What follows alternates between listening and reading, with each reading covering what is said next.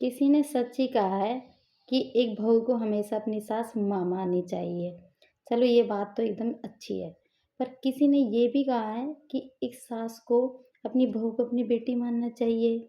जब सास और बहू में कभी छोटी-मोटी बात होती है, तो एक सास सबसे कहती फिरती है कि मेरी बहू में ये कमी है, मेरी बहू में ये कमी है।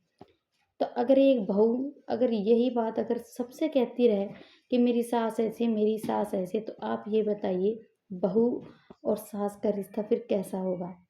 अगर कोई भी लड़की जब शादी करके आती है ना, तो कभी ये सोच के नहीं आती है कि वो आते ही अपनी सास से भला-बुरा कहे या उससे लड़ाई झगड़े करे। वो तभी ऐसे काम करती हैं, जब उनकी सास उन्हें कड़वा बोलती हैं, उनके दिल में इतना दर्द भर देती हैं, उनके साथ में मतलब कि ऐसा व्यवहार करती हैं जैसे कि वो बिल्कुल ही पराए घर से और ये बात उनको सत्य लगने लगती है। तो वही जो लोग कहते हैं ना सास माँ होती है, कुछ सास होती भी है माँ, लेकिन भई कुछ सास माँ नहीं होती है।